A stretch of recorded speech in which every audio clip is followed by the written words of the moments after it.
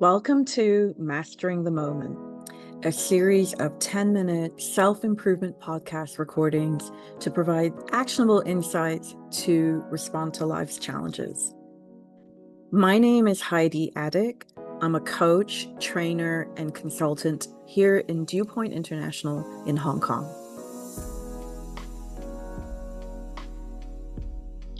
In this episode, we're going to talk about recognizing development needs. In our day-to-day encounters with other people, we come across difficulties in getting things done. And sometimes the holdup is due to processes, resources, and things that are out of our control. But a lot of time, the difficulties come down to people and their challenges and limitations. Now and then, I receive calls from clients asking for advice about some of the challenges that they are dealing with. So one time I received a call from an HR asking for advice about how to deal with a leader who was falling short of their expectations in his role. He had been promoted 6 months earlier. What they found was that he had become quite arrogant. He was using hierarchy or power over the team. The problem for HR was that the team members were coming to her about leaving because they were demotivated under his leadership. So when I asked for some details about this, what does she mean by arrogant? Like, how is he using hierarchy over people? So the example that she gave me was that one of the team members, they were handling the cases on their own, but then this leader told them off that they were doing it wrong,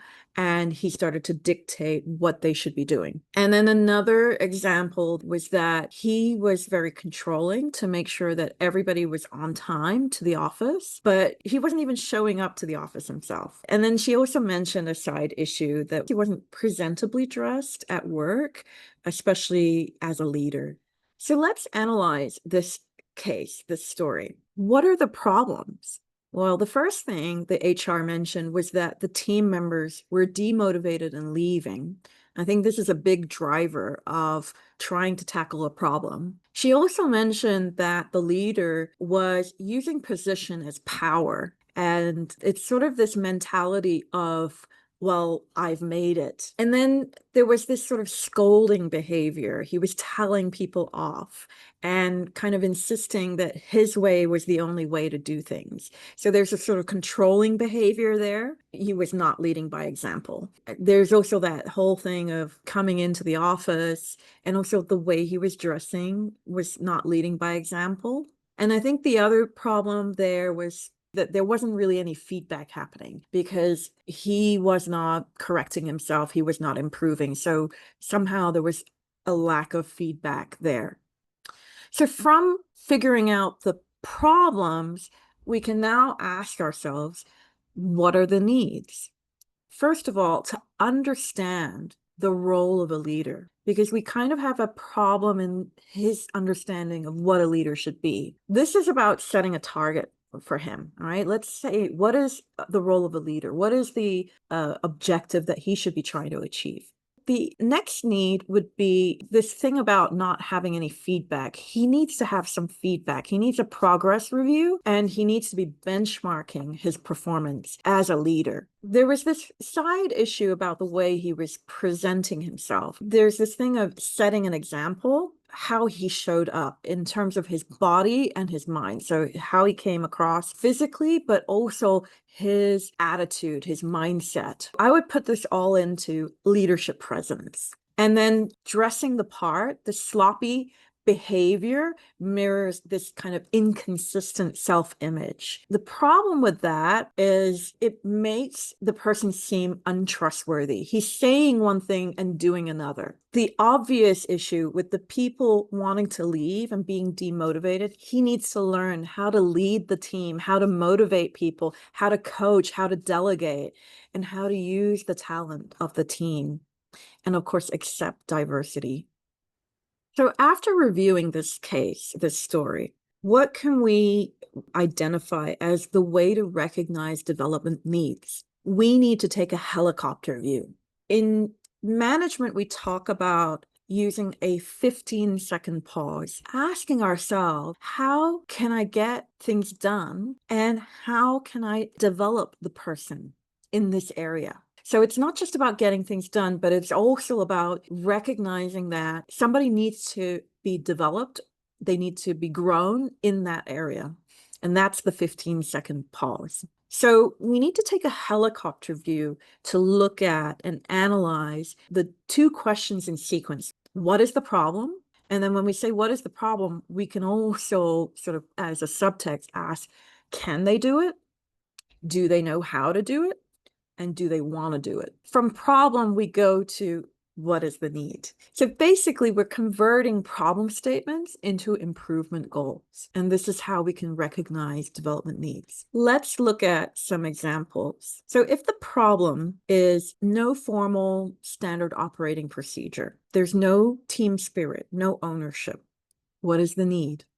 So we may think about mapping out workflows and creating standard operating procedures. In the meantime, we may need to plan how we work on each case, identify ownership, who does what. So it's a little bit of planning as we work along, as we build up those workflows and those standard operating procedures. A second problem case, people are facing tight timelines and delays. There are slow responses or sometimes no answers. What is the need? Well, if you said that they need more or better planning, well done.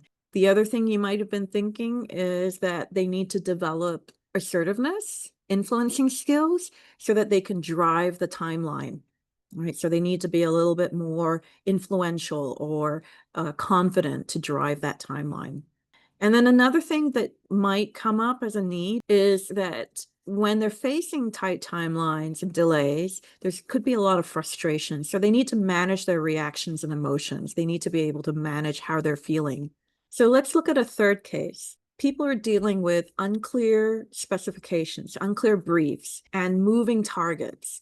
People are complaining that there's a lack of understanding of the work involved. So what is the need? So if you said that they need to guide the customer, that means that they need to learn how to use questions to understand what they need. They're in a position of knowing the work involved, so therefore they can ask the questions to guide the customer. Another thing is to try to view things from the customer's perspective. So they need to learn how to use a bit of empathy instead of blaming. If the customer lacks an understanding, we shouldn't be blaming them for that. We need to kind of get inside their head and see things from their perspective. And then tailor our communication, use more clear descriptions and explanations so that we can help them to understand. So the fourth case, people have difficulty communicating technical difficulties or constraints. So what is the need? So if you said they need to know how to communicate, they need to learn how to communicate, then you're in the right direction. So how do they communicate? They need to know how to adapt to the people that they are communicating to, the receiver. They also need to be able to focus on what is needed in the situation, what is the objective, and addressing those needs directly. They may also need to convey confidence because they are communicating technical difficulties or constraints. So they need to be able to communicate that with confidence. It's not an option, it is a fact. And the other thing is they need to manage expectations. So they have to be able to manage the customer's expectations, and they also need to think about how to offer alternatives, to be more proactive in giving some workaround, some alternative solutions. So after looking at these four problems and the needs, asking what is the problem, what is the need, we can see we're converting problem statements into improvement goals. So what we're doing here is that we are creating a vision. And so we're moving away from problem and we're moving towards what is the desired direction here. We're projecting a positive self-fulfilling prophecy. We're imagining that, yes, we can get there, all right, or the person can grow or develop in that direction. So that's expecting the best. Of course, if we have improvement needs, then that can convert into plans. So now that we've talked about how to recognize development needs, the next thing is to get other people to recognize their development needs. So how do you get other people to recognize their development needs? And I've talked about this before. We can use GROW, this acronym GROW, to guide the conversation for the other person to do their own self-analysis. So let me recap. GROW stands for goal. So some questions we might ask. What would you like to achieve or change? Where do you need the most help? R stands for reality check. What is happening at the moment? What have you tried so far? What impact is this having? O stands for opportunity. What could you do to change the situation? What are the alternatives you could explore? And W stands for the way forward. What are you willing to do to move forward? How are you going to make it happen? What support might you need? So that's GROW.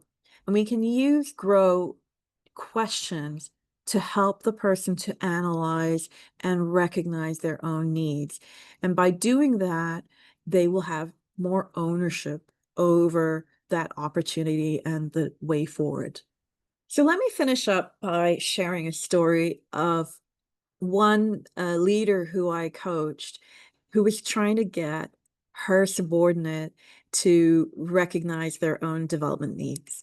The backstory was that actually she and her direct report were promoted at the same time. All right. So she was promoted up one level and her subordinate was promoted to her old position. Even though they had been promoted, top management was questioning whether her direct report was really suitable for the job. Her goal was try to raise his standard so he could meet top management's expectations. So she sat down with him to set out a plan for improving his performance. And the first thing was to help him to understand the expectations. What was top management expecting of him in the new role, the role that she used to be in charge of? So using GROW, he had to identify what was to be achieved. So that's the goal. And then she engaged him in a self-evaluation, and that's for the reality check. So one of the things that came out in that reality check, he mentioned that he was not able to communicate quickly enough, partially because of the time difference. Also, he recognized that he had a passive working style. He just had a different working style. He wasn't as quick as his boss, this manager. He also mentioned that she had this tendency of stepping in before he had a chance to communicate. I think he had come to rely on the fact that she would step in. So what was the opportunity after doing that reality check? Well, they recognized that he needed to build his confidence, but they also agreed habits and behaviors needed to change. He needed to learn how to respond faster and more proactively, and he agreed to that. He recognized that. And then the way forward, they actually agreed to cooperate because it wasn't just only about his behavior, it was also about the leader needed to step back a bit to allow him the chance to manage the cases. So they agreed to cooperate on that. So she would try to give him space so that he can demonstrate his abilities. So that's the end of our episode on recognizing development needs. Stay tuned for our next episode about getting feedback right. If you have a story or case to share, or if you have any questions, feel free to contact me.